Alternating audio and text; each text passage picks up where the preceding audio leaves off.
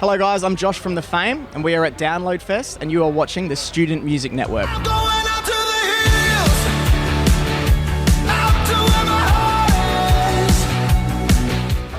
Hey guys, welcome back to URN LSR and the Student Music Network. We're live here at Download Festival with Josh from the Faim. How are we doing? I'm very well, thank you, mate. How are you? Not bad. And I just wanted to check that it is Faim, not Fam, right? Yes. Okay. The French pronunciation is La Femme, but a question Faim. I've been asking myself for about 4 years or so. Do you get asked it a lot? Or? Yeah, especially when we play in France. But hey, whatever people want to say is comfortable for them. We're easy. Maybe they might go Faim after a while. Faim or something.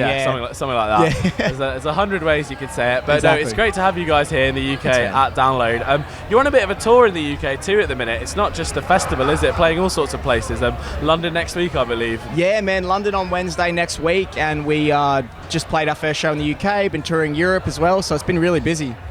And the first time I saw you guys was about 3 years ago at the Garage in London. Oh shit, no show. Way. What? So, I mean, you've come a long way since, I think it was just Summer is a Curse EP was out then. Wow. And now you've got one album and a whole second one ready to play. Yeah. Does it feel like different coming back to the UK with like such a different, catalogue of songs?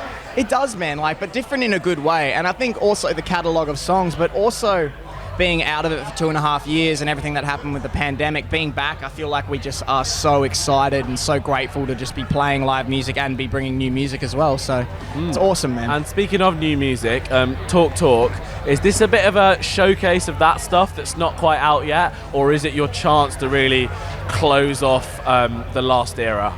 You know, man, I think it's kind of like a step forward for us. We've taken a much more mature approach with our sounds and taken a lot more ownership within the four of us to kind of be responsible for the sounds and the lyrics and the overall scope of the album. So, no, it's exciting, man. We've been playing a lot of the songs on this run, and the reception has been insane. Yeah. From songs that we haven't released at all. So it's awesome. Yeah, I mean, you started this sort of campaign quite early with getting Ease My Mind out last year and everything. And something I've noticed is the nostalgic, catchy chorus vibe has maintained, which I'm very glad about. How important do you feel that part of your songwriting is to the Faim?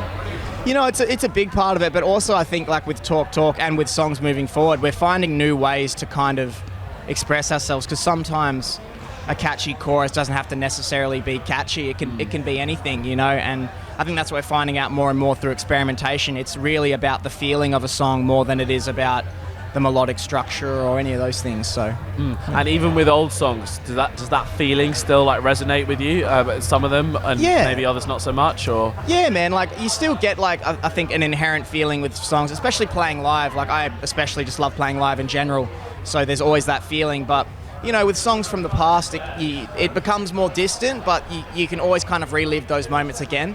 But new music for us is always how we kind of keep it fresh and exciting. So speaking of new music, Talk out 8th of July, I believe. Is there a track on there that you're particularly excited for fans to hear? One that you think might catch them off guard or go down particularly well? Yeah, man. Honestly, it's a tie between the two. Besides the ones that are already released, I really like Flowers. I feel like it was one that was kind of an underdog for the whole album and kind of got overlooked, and we wrote it at the same time as Ease My Mind. And then another song, Madly Badly Fixed. It's just overall a great song. There's a lot of, it's a very straight down the line song, but a lot of interesting layers to it. So I think those two, mainly Flowers though. Okay, and you mentioned about layers there. There's a lot going on in your song. It's definitely not just straight up guitars, 4 chords, as a lot of bands in this sort of genre have, I guess, fallen into. Do you feel like a kind of pressure knowing that you're a bit different to maybe the usual Download crowd on a stage, I guess, when you're surrounded by, classics like Iron Maiden on the same day and stuff like that? You know, man, honestly, no pressure at all. I think what we do is we just try and bring the best of ourselves to every single show. And our live show is always inherently more energetic than the Spotify tracks, because I just love to throw down and climb shit and do stuff, And I think also people just are here for a good time, more than a specific type of music or band or sound.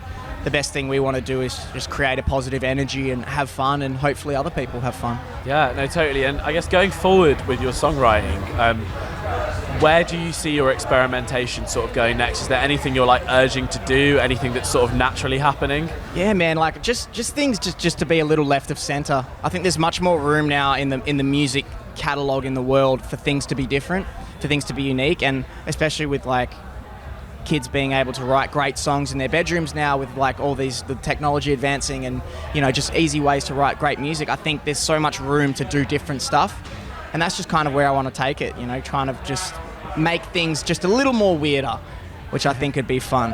Yeah, no, absolutely. And I guess sort of finally, you mentioned you're on this big European run ahead of the album coming out, doing a lot of shows, a lot of festivals, but this festival, I feel, is a bit world famous. Like, what does Download Festival mean to you and the rest of the guys?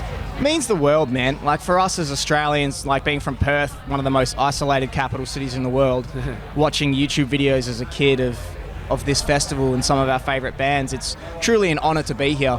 And I think the main thing we all feel is just gratitude. You know, like, obviously we're very excited and very happy to be here, but we're just very grateful to be able to play in front of people. And you know, especially, you know, being on the other side of the world and everything that's happened in the last 2 years, you don't know when the next show could be, you know, or the next festival. So, yeah, it's a very humbling experience, but just in love with it. Very much happy to be here. And if you were to curate your three dream Download Festival headliners, Josh from the Faim, who would it be? You know, it would be Red Hot Chili Peppers. Yep. A reason why for this lineup is because I think bringing diversity to a festival sometimes can be really cool, especially things from like opposite ends of the spectrum, so we'll see. But Red Hot Chili Peppers, Slipknot, and Frank Ocean. Wow. I think could be super interesting. Yeah, no, if you don't like any of those three artists and you're here, I'd be seriously concerned. Yeah, I'd be very about you as a surprised. person, I'd be very surprised. Or if you haven't heard about them at all, I'd be even more worried.